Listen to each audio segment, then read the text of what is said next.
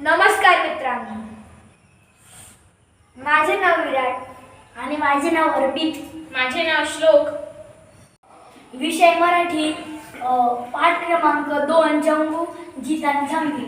थोडक्यात उत्तर लिहा. प्रश्न क्रमांक 1, क्वेश्चन नंबर 1. जंगूने शेपूट हलवून कोणता संदेश दिला? आन्सर. जंगूने शेपूट हलवून संदेश दिला की पुढचे 30 दिवस 30 रात्र खूप जोरात पाऊस कोसळणार. माझ्या शेपटीनं मला सांगितलंय आणि ती जे सांगते ते नेहमी खरंच होतं. जंगूने शेपूट हलवून कोणता संदेश दिला?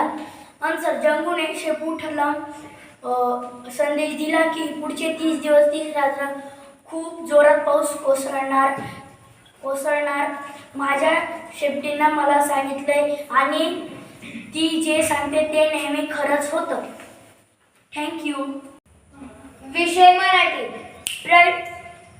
पाठ क्रमांक 3, छोटेसे बहीण भाऊ. दुसरा प्रश्न. छोट्याशा बहीण भावाच्या एकतेचे स्वप्न काय आहे? उत्तर. छोटेसे बहीण भाऊ निर्मळ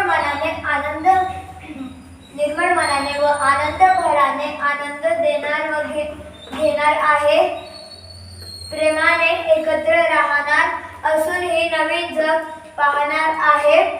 अनेक भाषा व वेशभूषा असणाऱ्यांबरोबर एकतेने राहण्याचे स्वप्न बहीण भावाचे आहे. छोटेसे बहीण भाऊ निर्मळ मनाने व आनंद भराने राहणार आहे. एकत्र असून ही नवीन जग पाहणार आहे.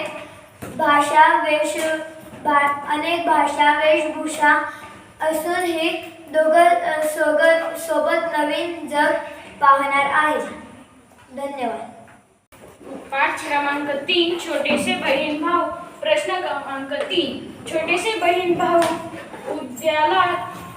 उद्याला जगाला कोणती गोष्ट करणार आहेत? आन्सर. उद्याच्या युगाला नवीन आकार देणार आहे. ओसाड व उजाड जागांवर सुंदर बागा बनवणार आहे. शेतांना, मळ्यांना, फुलांना व फळांना नवीन बहार देणार आहे. निर्मळ मनाने व आनंद भराने आनंद देणार व घेणार आहे. छोटेसे बहीण भाऊ उद्याच्या जगाला कोणती गोष्ट करणार आहेत?